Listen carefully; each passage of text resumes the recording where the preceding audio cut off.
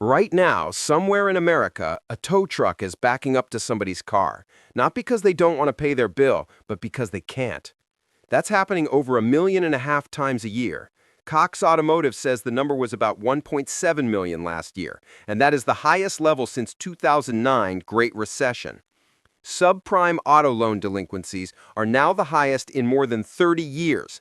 Fitch Ratings says these levels have not been seen since the early 1990s.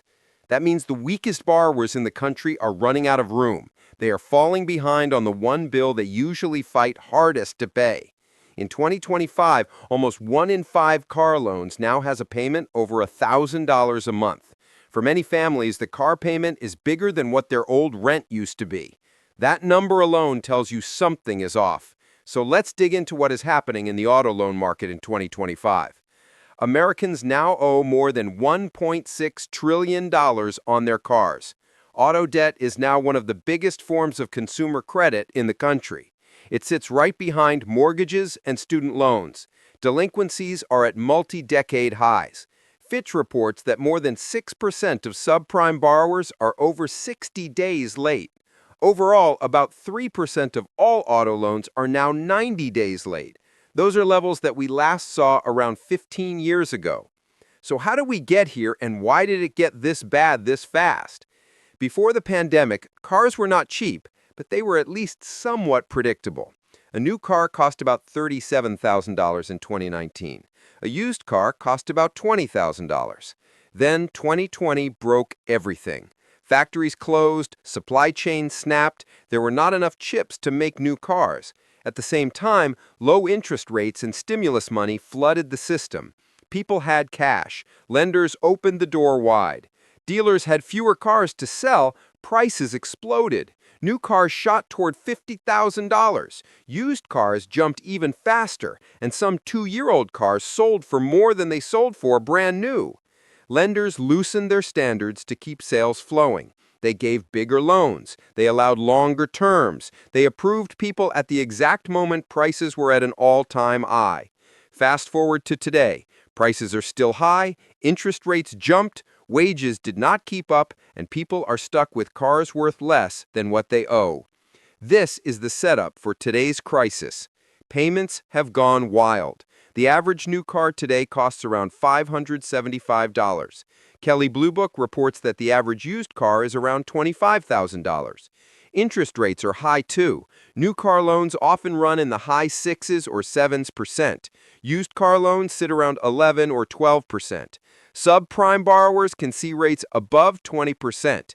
All of that flows into the payment. The typical new car payment is now about $750 a month. Used car payments often land above $500. But the payment is only part of the bill. Insurance is up. Some states saw double-digit jumps last year. Repairs cost more too. Maintenance prices are up more than 30% since 2020.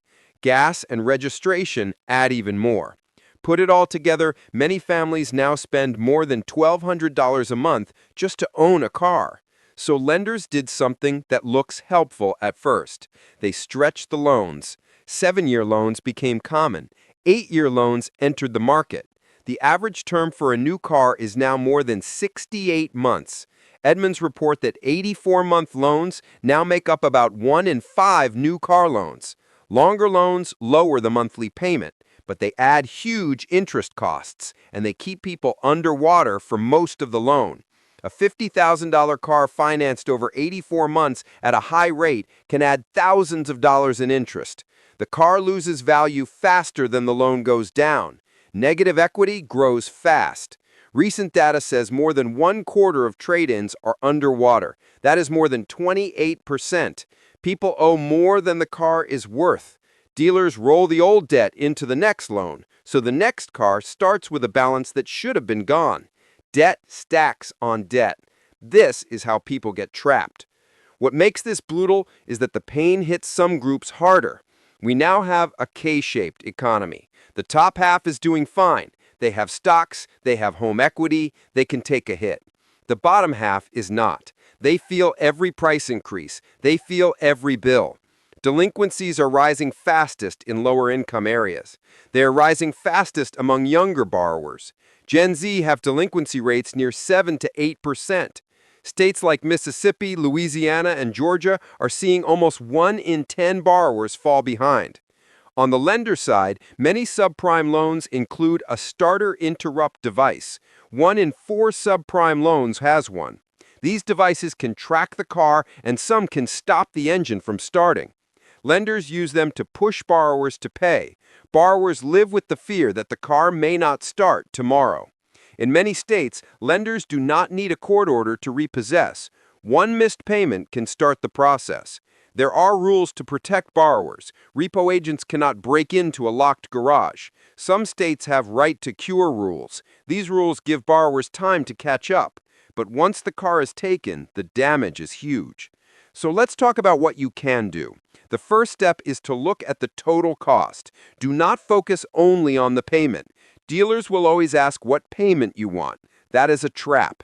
Stretching the loan makes the payment look better, but it makes the deal worse.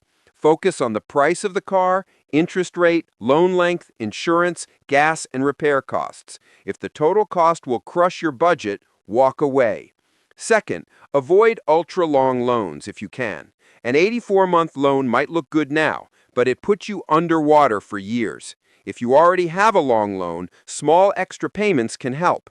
If you have equity, downsizing early can save you later.